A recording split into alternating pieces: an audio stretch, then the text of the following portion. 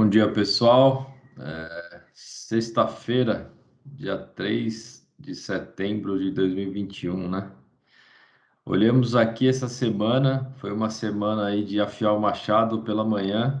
Então, esse encontro maravilhoso aqui para reforçar os compromissos e nessa semana especialmente estamos trazendo cada dia um pilar aí da alta performance. Olhamos o lado emocional, o lado da mente, né? Ter um mindset fortalecido, uma mentalidade poderosa, no primeiro dia. Depois nós falamos sobre esporte, sobre o corpo, né? Estar firme, forte. Falamos sobre alimentação, sobre ter uma alimentação saudável, sobre técnicas para você se manter energizado, né? Situações que muitas vezes roubam nossa energia naquilo que a gente se alimenta. E hoje, sexta-feira, último dia da semana, a gente vai falar sobre o pilar da espiritualidade. Bom, e novamente, né? Todos os dias eu venho falando, eu não sou nenhum religioso, não sou nenhum líder, de nenhuma organização religiosa.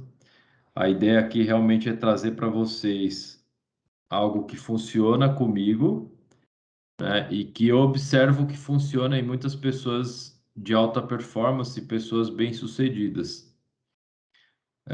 A reflexão hoje tem muito a ver com justamente quebrar paradigmas, né? Quebrar dogmas. Eu não acredito, e aí eu estendo isso a grandes líderes, né, que trazem uma questão de espiritualidade aflorada. No Brasil, nós temos vários que falam sobre isso, que foi importante ter essa espiritualidade, foi importante crer em algo maior para ter o sucesso que eles tiveram, né? Vocês podem buscar essas referências também, não acredite em tudo que eu falo, mas grande parte dos grandes empreendedores, pessoas de alta performance, tem uma conexão muito forte com a sua espiritualidade, né? Então, eu gostaria de trazer essa reflexão inicialmente de que religião não é espiritualidade. Religião, existem várias, com inclinação para o bem realmente, né? As pessoas se organizam para realizar algo em prol do próximo, e eu acho isso sensacional. Por isso eu respeito todas as religiões. Mas a ideia aqui não é falar de uma religião ou de uma crença religiosa. A ideia aqui é falar de identidade e propósito, que eu acho que é essa intimidade com a sua espiritualidade, né? Essa clareza com relação ao que você veio fazer na Terra e o que você está fazendo com a sua vida. A nossa espiritualidade, eu acredito que ela está muito ligada no que nós sentimos. Não dá para entender a espiritualidade com lógica. Você explica a lógica, coisas lógicas com lógica. Espiritualidade, você não explica, você sente, né? Então, quando muitas vezes a gente busca razões lógicas para crer em algo maior, a gente começa errado, porque a gente tem que sentir isso, essa conexão, né? E aí eu acho que é bacana, depois de contextualizar e fazer algumas reflexões, trazer algumas coisas práticas do meu dia e coisas que eu sei que líderes também praticam, né? Existe uma frase que norteia muitas das minhas ações, muitos dos meus pensamentos, aquilo que eu falo não, aquilo que eu falo sim.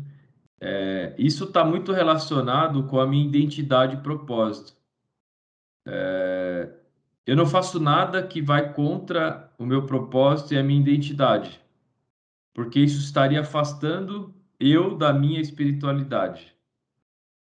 Infelizmente, e eu sei que isso é um fato, existem muitas pessoas que não têm ainda essa clareza sobre a sua identidade. Quais são as coisas que eu jamais vou falar sim? talvez é até a forma mais fácil de identificar a nossa identidade. Quais são as coisas no mundo que eu jamais vou falar sim, né? E quais são as coisas que eu vou falar sim? Então, quando a gente tem essa clareza, você começa a se conectar com o seu íntimo, se conectar com o seu propósito, né?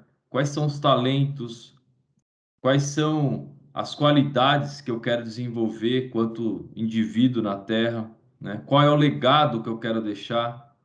O que que vai estar escrito na minha lápide, né? O que que vai estar escrito lá no, na hora que as pessoas passar em cima do meu túmulo? Qual é a frase que as pessoas, mesmo sem ler a sua lápide, elas vão lembrar e vão falar, pô, esse cara, essa pessoa marcou isso aqui na minha vida.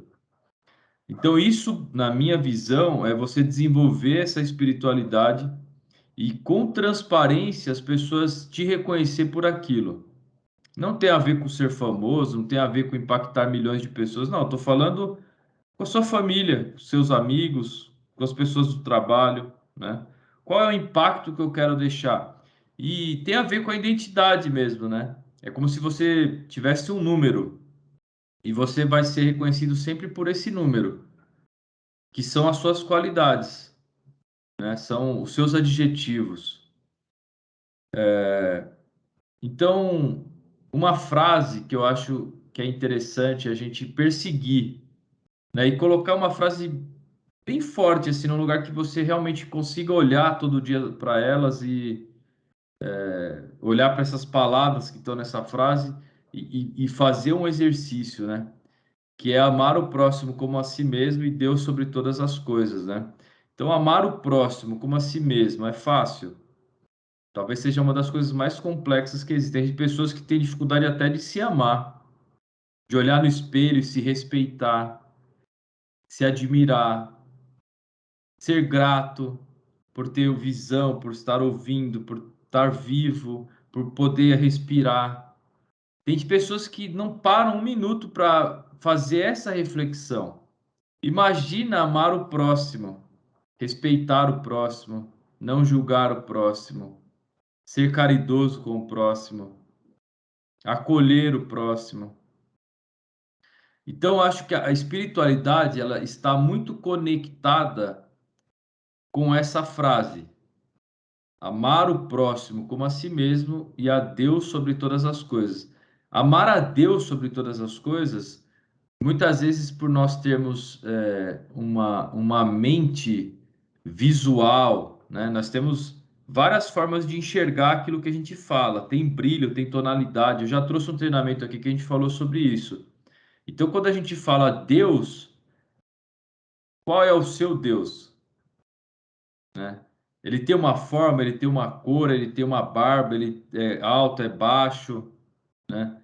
Então, quando fala amar o próximo como a si mesmo e Deus sobre todas as coisas, já vem o dogma, que é a crença que você trouxe familiar, da religião que sua mãe te forçava a ir, né? Das pessoas que batiam a palma na sua porta lá de domingo de manhã. Já vem, Deus vem, ele vem com esse brilho, com essa tonalidade, com essas cores.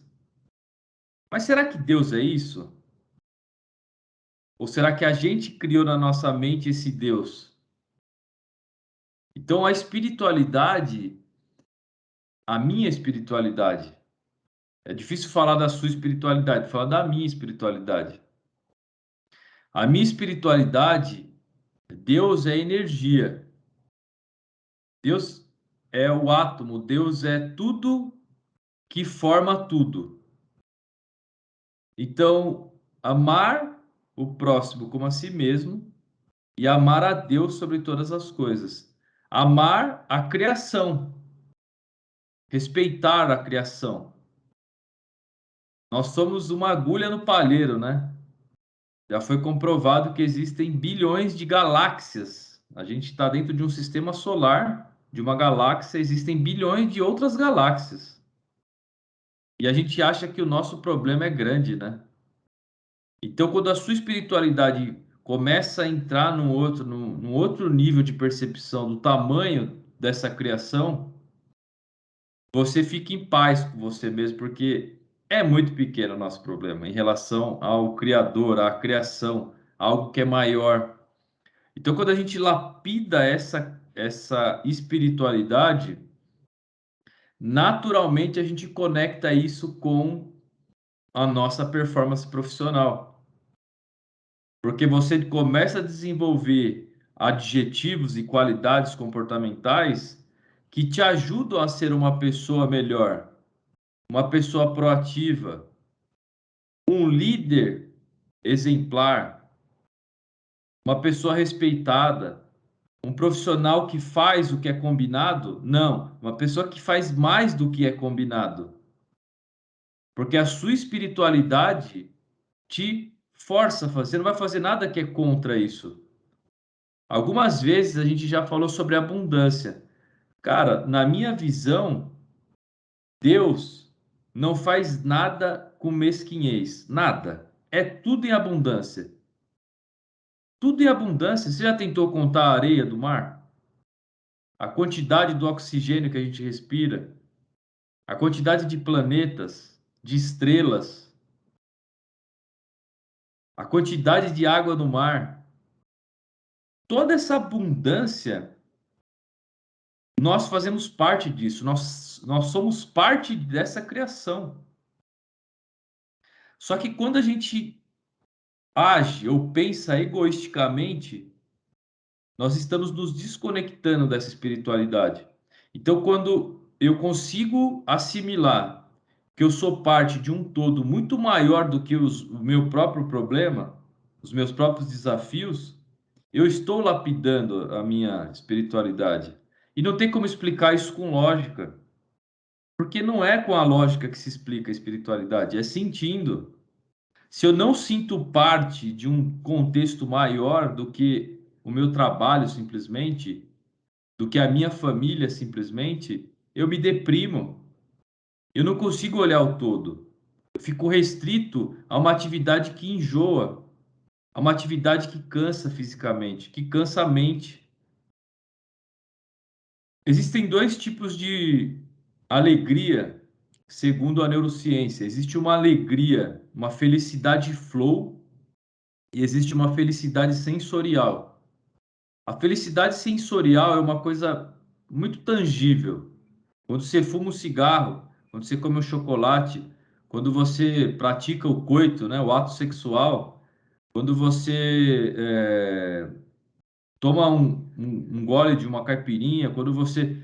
Essas são as felicidades sensoriais, que são perceptíveis e são rapidamente absorvidas pelo corpo e que normalmente trazem prejuízos a curto prazo. Vou repetir: as felicidades sensoriais são absorvidas rapidamente pelo corpo, são normalmente coisas que dão prazer momentâneo e que trazem prejuízos para o corpo logo, logo depois, logo em seguida. E a felicidade flow, que é a felicidade que vem da alma, que é a felicidade que dura muito mais, que é quando você faz uma caridade, que é quando você trabalha no seu talento, que é quando você está aprendendo algo novo, lapidando para transbordar isso para outras pessoas, que é o que eu estou sentindo agora quando eu estou passando esse treinamento para vocês. Isso é a felicidade flow. Quando você tem uma felicidade momentânea, ela traz normalmente um prejuízo fisiológico imediato. Logo depois você já começa a sentir esse impacto.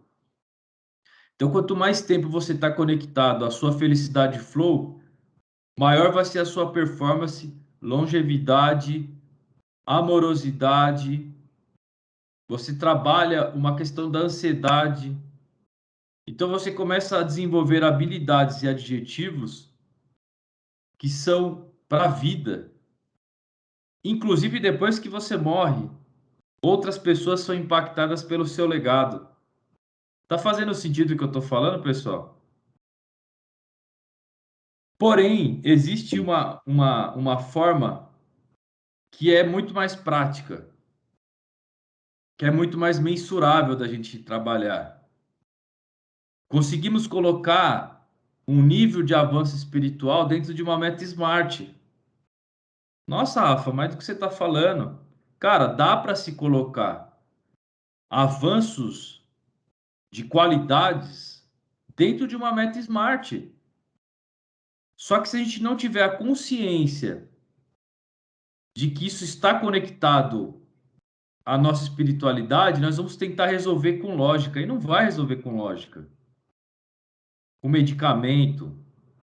Não vai resolver.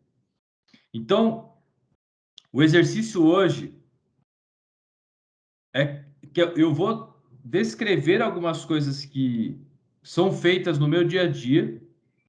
E eu gostaria que vocês pegassem um papel e uma caneta e anotassem também. Olha por um momento os tipos de habilidades, comportamentos, qualidades, adjetivos e comparem isso com uma casa. Nós vamos trabalhar uma questão da reforma íntima. Quando você fala de uma reforma de uma casa, nós estamos falando de um telhado que está com vazamento, nós estamos falando de uma janela que não está trancando, nós estamos falando de uma parede que tá, o reboco está caindo, nós estamos falando de um alicerce que está dando rachadura. Esses problemas de uma casa, eles podem derrubar a casa. Ou simplesmente você pode viver dentro dessa casa extremamente desconfortável, com goteira na cabeça, com friagem entrando dentro de casa, se sentindo mal porque a casa realmente está caindo aos pedaços e você não tem a coragem de enfrentar essa reforma. E quando a gente olha para dentro de nós e colocamos como qualidades essas peças dessa casa, nós conseguimos olhar coisas como o orgulho, vaidade, o ego, a arrogância, né? O julgamento, o pessimismo. Todos esses adjetivos negativos não é o que a gente tem que se concentrar, porque esses são os problemas. São as partes que precisam de reforma. Mas eu preciso saber qual é o tamanho desse problema. E aí começa a entrar a meta Smart. Quem já trabalhou meta Smart entende o que eu estou falando. Eu tenho que ser específico, eu tenho que ser mensurável, eu tenho que trabalhar algo que é relevante para a minha vida e tem que ser temporal. Então, especificamente, eu gostaria que vocês anotassem quais são as qualidades que vocês querem melhorar na prática.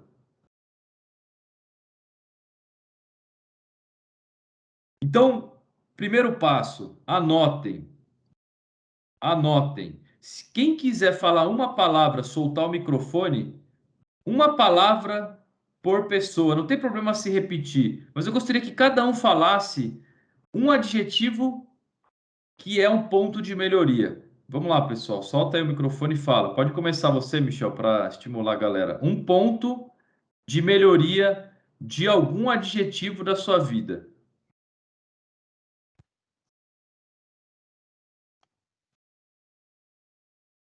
É difícil, mas acho que pode ser empatia. Empatia. Luiz, adjetivo, um ponto. Paciência. Boa. Washington. Paciência também. Caio. Tá travado seu fone. Felipe. Oratória. Jennifer. Organização. Diego. Paciência. Vitória. Paciência também. Thalita. Oratória. Caio.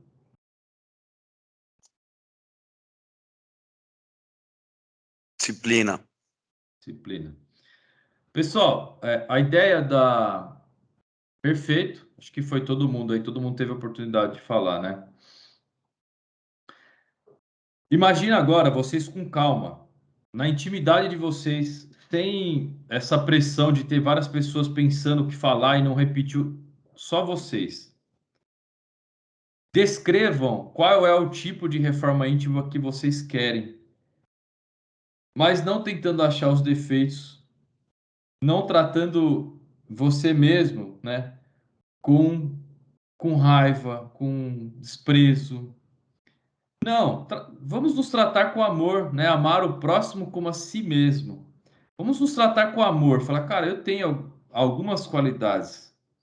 E para eu avançar espiritualmente, quais são os adjetivos que eu quero e como é que eu vou aplicar isso na minha vida? Então você pode trazer exemplos, né? Então eu trouxe alguns exemplos. Não precisam ser esses exemplos, né? Humildade é uma lapidação da alma.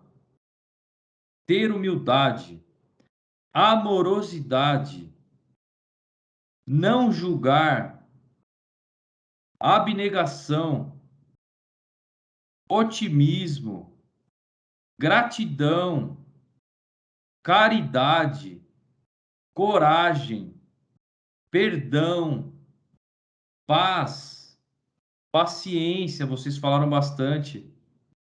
São realmente adjetivos que são bens para a alma. Rafa, mas você quer que eu me torne um monge? Não, mano, nós sabemos que nós estamos aqui justamente para vencer tudo isso. Não é simples. Mas o simples fato de anotar essas palavras e começar a falar as palavras não é daquilo que você não quer ter, da palavra que você quer ter. Eu quero ser mais grato, eu quero ser mais humilde, mais caridoso, eu quero ter mais disposição, eu quero perdoar mais, eu quero ter mais coragem, mais paz, ter mais paciência com as pessoas. Quando a gente fala essas palavras repetidamente, nós vamos criando imagem, brilho, tonalidade para essas palavras. E elas começam a ser incorporadas no nosso dia a dia. Isto funciona. Eu estou prestando atenção nas minhas qualidades, adjetivos, habilidades espirituais. Dá para colocar data? Dá para colocar data. Em 1 ano, em 12 meses. Eu quero chegar no time que eu trabalho e ser reconhecido pela humildade, pela paciência. Olha que bacana. É uma forma mensurável, específica e com data. E aí você começa a lapidar esse ponto específico. E no outro ano você vai lapidar uma questão de caridade. Fala, cara, vou ser mais caridoso. Eu vou trabalhar mais uma questão de altruísmo dentro de mim. Então, muitas vezes, as nossas metas, principalmente de time de vendas, né? Ela está muito relacionada a uma questão financeira, a uma questão de performance financeira. Só que quando a gente desenvolve essas habilidades, isso compõe a sua caixa de ferramenta, principalmente quando você se fala de relacionamento. Tá fazendo sentido o que eu estou falando ou não? Uma pessoa amorosa, humilde, que não julga, que é abnegado, que é otimista, que é grato por tudo, que tem disposição, que perdoa, que não fica levando ofensa para ela. Ela não constrói relacionamentos duradouros, não é uma pessoa para frente que todo mundo quer se relacionar. E um vendedor assim tem mais resultado, sim ou não? Então, fica um exercício hoje, né? Nós fechamos essa semana desse treinamento. Tudo isso está gravado. Espero que quem esteja assistindo isso, quem assistiu esses vídeos também, vai assistir no YouTube, nas redes sociais, tenha coragem de compartilhar isso. Imagina quantas pessoas não precisam ouvir isso para dar um primeiro passo, para anotar algumas palavrinhas e começar a se conectar mais com a sua espiritualidade. Tem muita gente que tem raiva do pastor, raiva do apóstolo, raiva de quem escreveu a Bíblia, tem raiva de tudo, porque ele está com uma imagem, um brilho e uma tonalidade sobre tudo que ele viu sobre religião. O tio que era religioso que abusava da família, aquele pastor safado que catava o dinheiro de todo mundo e enriqueceu ilicitamente, aquele líder religioso do candomblé, da macumba, que abusava sexualmente das pessoas, que mentia para todo mundo. Então nós criamos raivas de religiões, a Igreja Católica, que fez tanto mal para a população em vários séculos. Eu não estou falando de nada disso aqui, pessoal. Não tem nada a ver com as religiões. Tem a ver com essa lapidação moral que nos conecta à nossa identidade e propósito. Quem está assistindo isso, compartilha. Às vezes a pessoa, um jovem, está tentando suicídio. Ele não consegue encontrar essa conexão com Deus porque ele tem raiva das religiões e dos exemplos que ele teve. Ele tem uma tonalidade, uma cor e um brilho na palavra religião. E religião não tem nada a ver com espiritualidade. Ajoelhe, se curve diante de Deus. Aceite esse poder maior, essa conexão com esse todo. Aceite isso. É um primeiro passo para que a gente aumente a nossa espiritualidade. Crie esse hábito de fazer isso como prioridade na sua vida. Primeira coisa, acorda, ajoelhe e ore. Da sua forma. Peça esse avanço dessas qualidades, esses adjetivos, na intimidade com Deus.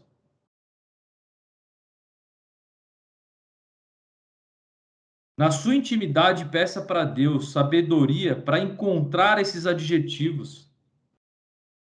Quais são os pontos de melhorias que eu preciso ter? E não é na igreja, não é no centro de macumba, não é no kardecismo, não é no catolicismo que vocês vão encontrar isso.